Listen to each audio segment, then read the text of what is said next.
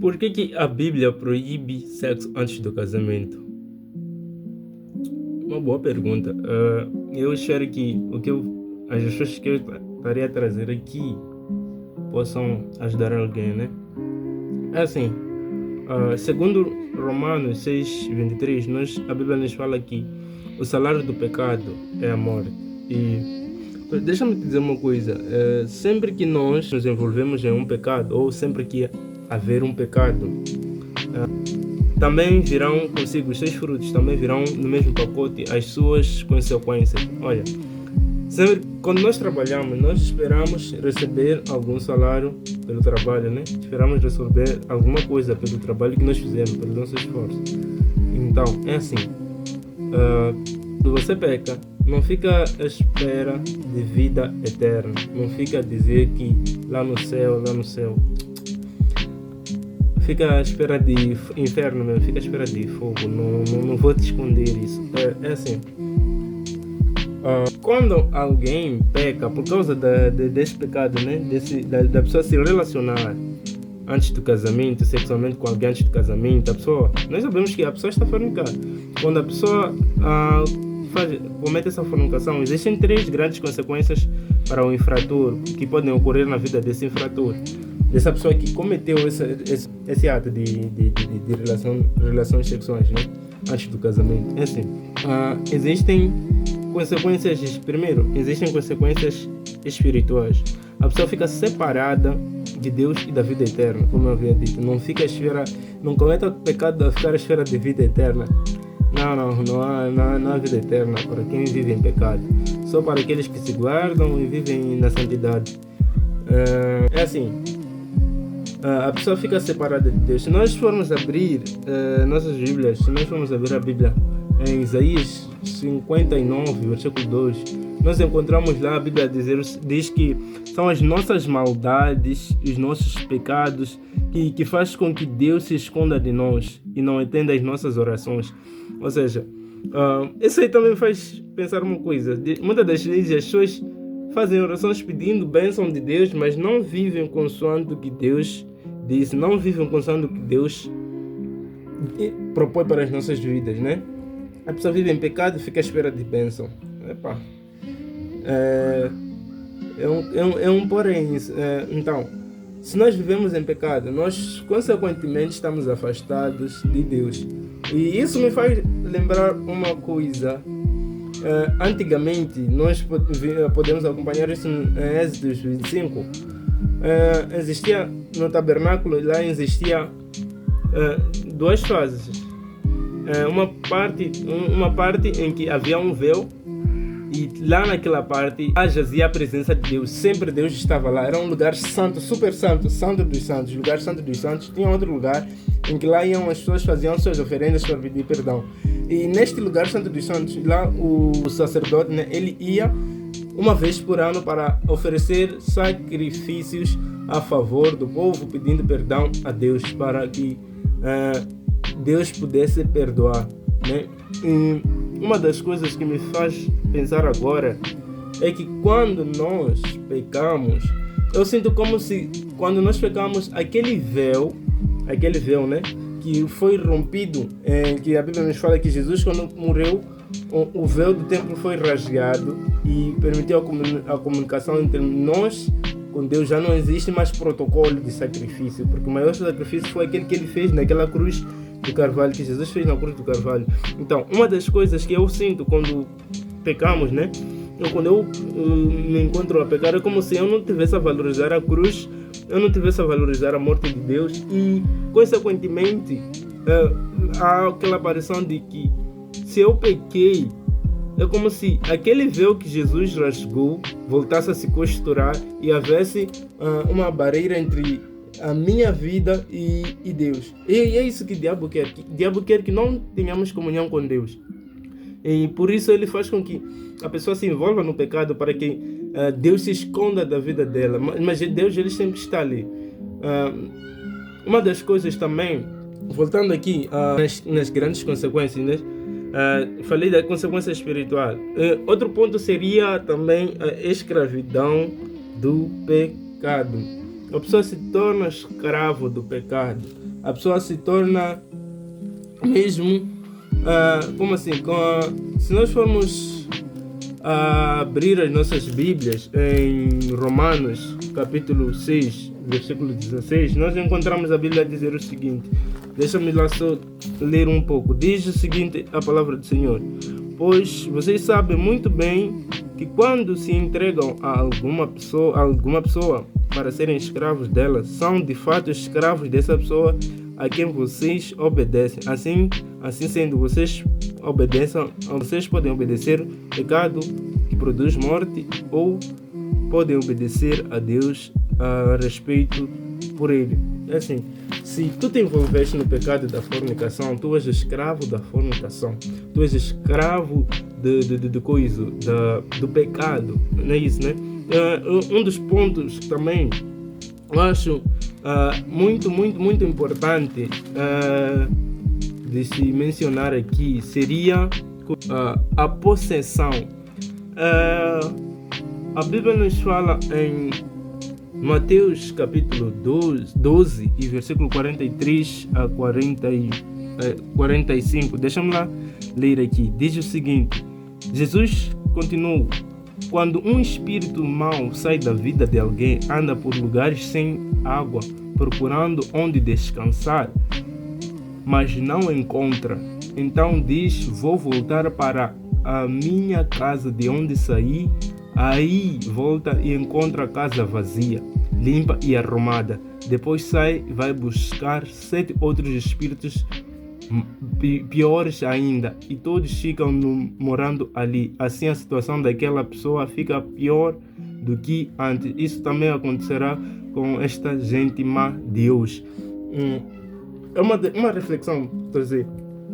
Se cada pessoa, né, pudesse, antes de se relacionar com alguém, pudesse ter olhos, ver o espírito que cada pessoa carrega, eu acho que as pessoas não se relacionariam de qualquer maneira. Se tu ires para qualquer lugar que seja um evento, né, tu vês lá pessoas se envolvendo sexualmente, as pessoas se trocando sensualidades, tudo mais. Deixa-me dizer uma coisa. Aqui nós encontramos a possessão. Nós sabemos que Cristo vive em nós. Quando Cristo vive em nós, nós somos limpos, somos libertos, somos livres. É assim. E também que quando Deus nos fez de imagem e semelhança. Ou seja, temos o Espírito dele, Deus. E quando nós pecamos, permitimos com que haja espaço para outras potestades, outros reinados. Ou seja, quando entra um outro rei, um outro espírito, o pecado nesse caso, eu já não estou considerado debaixo da graça de Deus. Por quê? Porque eu estou a pecar contra ele, Deus. É assim, se Deus te liberta de alguma coisa, de um pecado, e esse demônio, aqui como acabamos de ver, ele sai e vai dar voltas, e não encontrando lugar para pousar, esse demônio expulso, ele volta ao lugar onde está, vê se está ocupada a casa. Ou seja, não adianta você ser liberta de espírito mau e continuar a praticar aquelas coisas. Aqui você ser liberta dessa coisa e permanecer livre em Cristo Jesus. E o espírito volta com 7 demônios piores. Aqui, pensarmos antes de nos relacionarmos com cada pessoa, porque quando nós relacionamos com alguém, a possessão é como se fosse troca de demônios, a troca de espírito nas pessoas, porque sexo não é só aquilo lá, há uma conexão entre as pessoas. Acho que permite a transmissão de demônios, é uma conexão entre duas pessoas, onde a pessoa se une, que permite a troca de como é que as pessoas se conectam um para o outro, posso assim dizer. Imagina só, alguém está a carregar um espírito de prostituição, bebedeira,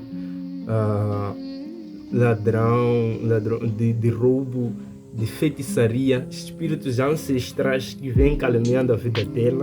Alguém está super carregado de enfermidades e tudo mais. E tu és alguém que contém aqui, posso dizer assim, um espírito simples, não é simples, posso dizer que contens desobediência. Quando tu tens isto quando tu te relacionas com a pessoa, quando vocês se unem, há uma ligação aí. Os demônios que estavam com ele, você vai carregar, e os demônios que estavam contigo, ela vai carregar. Ou seja, a troca aqui. Há pessoas que compartilham espíritos de famílias entre eles, compartilham esses demônios ancestrais entre eles, quando se conectam antes do casamento, antes da hora chegar. Há uma troca de demônios aí entre essas duas pessoas. É só para perceber com que sexo não só é uma coisa que as pessoas acham momentânea, mas é uma coisa muito que traz consequências para a vida de pessoas e maldições consequentemente. E um outro ponto também que gostaria de falar sobre as consequências espirituais seria a geração vindoura amaldiçoada. No capítulo 34 de Êxodos 7 diz o seguinte: cumpra a minha promessa a milhares de gerações e perdoo o mal e o pecado, porém não deixo de castigar os seus filhos até os netos, os bisnetos, os trisnetos pelo pecado dos pais. Ou seja, imaginemos que tu te relacionas com alguém antes do casamento e ainda não te converteste, né? Ainda não te converteste porque ainda vives lá. E casas com essa pessoa, posso dizer assim, depois, ou não podes não casar com essa tal pessoa, casas com uma outra pessoa. Deus, o que faz? Deus vai amaldiçoar os seus filhos e os filhos dos filhos, até a 7ª geração. Normalmente quando vem até a 7ª geração, você carregou um demônio, e esse demônio pode vir até te atacar, e maldição por teres desobedecido a Deus vem até a 7ª geração. Quando você se relaciona com alguém, tens que ter noção a partir de hoje que não só é contato do corpo, mas também há compartilha de espíritos, de maldições. A pessoa se envolve. Essa coisa que eu disse, a escravidão do pecado, a possessão de demônios, a geração de vindoura amaldiçoada. Então, tenha noção antes de se envolver com alguém sexualmente. Outra consequência grande seria consequências físicas. Deixa eu te dizer uma coisa: nas consequências físicas temos doenças de transmissão sexuais e infecção nos aparelhos genitais. Assim, os métodos de prevenção, como pílulas ou preservativos, eles não podem impedir a fúria do pecado, né? Garantindo proteção segura, sabe? Não podem impedir a fúria do pecado. Uma das coisas que nós encontramos, pontos que encontramos nessas consequências físicas, são a esterilidade. Muitos casais não são fecundados por culpa do seu comportamento sexual antes do casamento. É isso que eu estava a dizer. A tua vida passada traz consequências no futuro, mas se tu ainda continuas a viver no mesmo pecado, aquilo vai viver lá.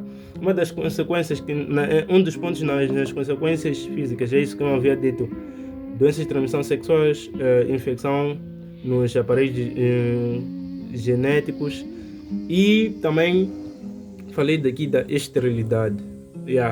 Os casais não são fecundados por causa das suas vidas passadas. Impotência sexual, isso também é um dos casos que acontece, uma das consequências da fornicação atualmente.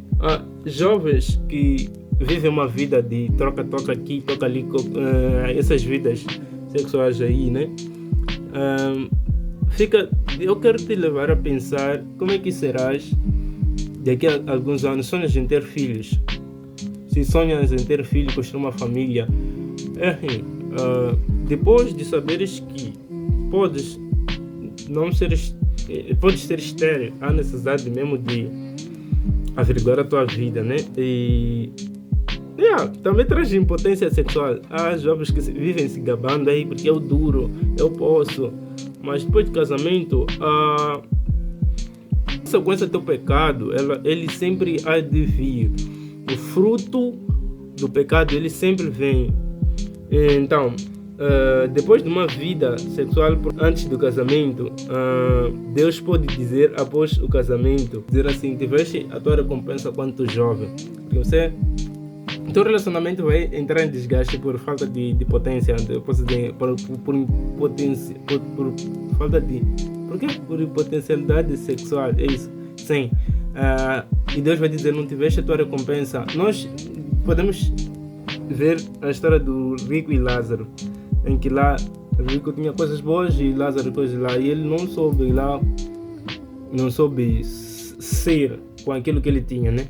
Então, é isso. E também uma das consequências que eu acho importante que possamos saber aqui seria a consequência psicoemocional. Sabemos que há relacionamentos que podem levantar depressão,